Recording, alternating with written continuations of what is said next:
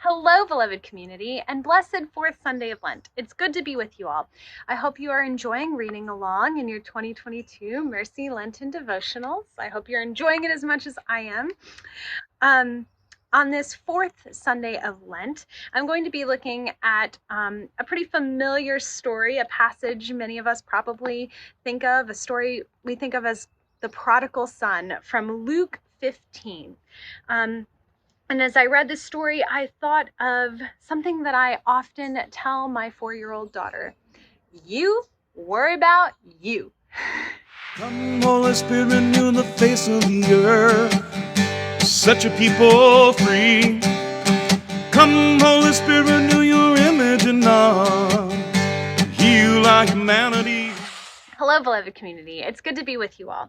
So today I'm going to read or look at a passage from Luke 15 in which it's a story where Jesus is hanging out with people who are, commonly thought of in society as sinners and, kind of like the outcasts.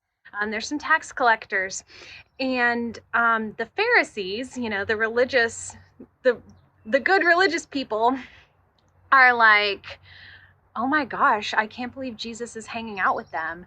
And so then Jesus tells this story about God, in which we think about God rejoicing over all of us, even those of us who have messed up, even those of us who haven't been the perfect son, and God delighting, yes, even when sinners come home. And this is a super familiar story. It's kind of hard to be a Christian and not know the story of the prodigal son. So why am I going to talk about it today? Well, because I've found that even those stories, even those parables that we are most familiar with, we aren't always internalizing, thinking about in our own life. When I read this story, I've talked about this with my coworkers before, that I think, many of us can empathize with the older son.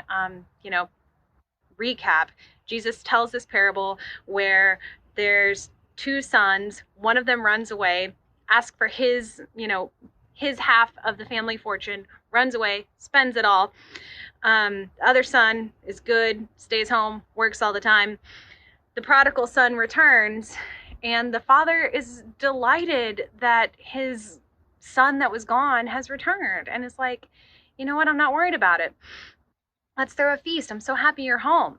And the other son is like, what? We're celebrating him? He lost his fortune, and I've been here working hard the whole time. Jesus tells this story to reveal something to us about who our God is. Our God is a God of grace. That's right, grace. You can't earn it.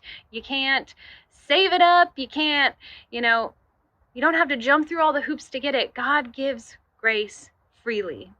What a joy. You know why? Because I mess up all the time. So thankful for God's grace. I mess up all the time. And I'm thankful when I get grace.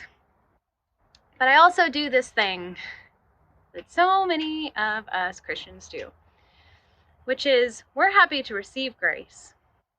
But sometimes it's really easy to not see all the legs up we've been given, to not see all the grace that we've received, and to be really focused on when other people are getting stuff that we think that they don't deserve, or that we think that they haven't earned. We Christians are really good we good church people, like the Pharisees, are really good at being resentful about other people getting what they need. Why is that? Why is that? We follow a God of abundant, unending grace. So you would think that we would want good things for other people. But we don't always want that. Sometimes we worry a whole heck of a lot about what other people are getting and whether or not they deserve it. So I thought about when I read this story, I literally did think about, the lessons I'm trying to teach my 4-year-old that maybe we should internalize too is that, you know how kids are. Sometimes they're like, oh, so-and-so's getting this. I didn't get mine, or I got mine, but I already ate mine. And what about this? What about this? And what I say to her is, you worry about you. Don't always worry about what other people are getting or what other people are doing, or if other people are doing something that you don't like. You worry about you. And I don't mean that as in you only worry about you. But I mean, sometimes we have to take a step back and stop being so focused on whether or not other people are doing right, or whether or not other people are getting things that we, question whether or not they deserve. We need to stop pointing fingers. And we need to worry about us. We need to be thankful for the grace that we have received. We need to be thankful that we follow a God of grace. And if we follow this God of grace, maybe we should proceed in the world with grace too. Maybe we shouldn't be so worried about what other people do with their money. Have you ever heard that, that saying like, oh yeah, I'm not going to give somebody on the streets money because I don't know what they're going to do with it. Maybe it's not your responsibility to worry what they're going to do with it.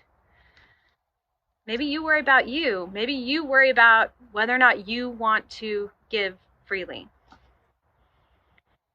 Maybe stop judging people so much. Maybe you worry about you.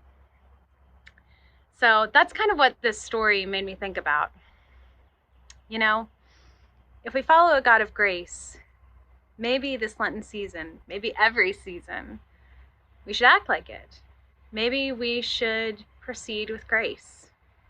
Maybe we should want everyone to have enough of what they need.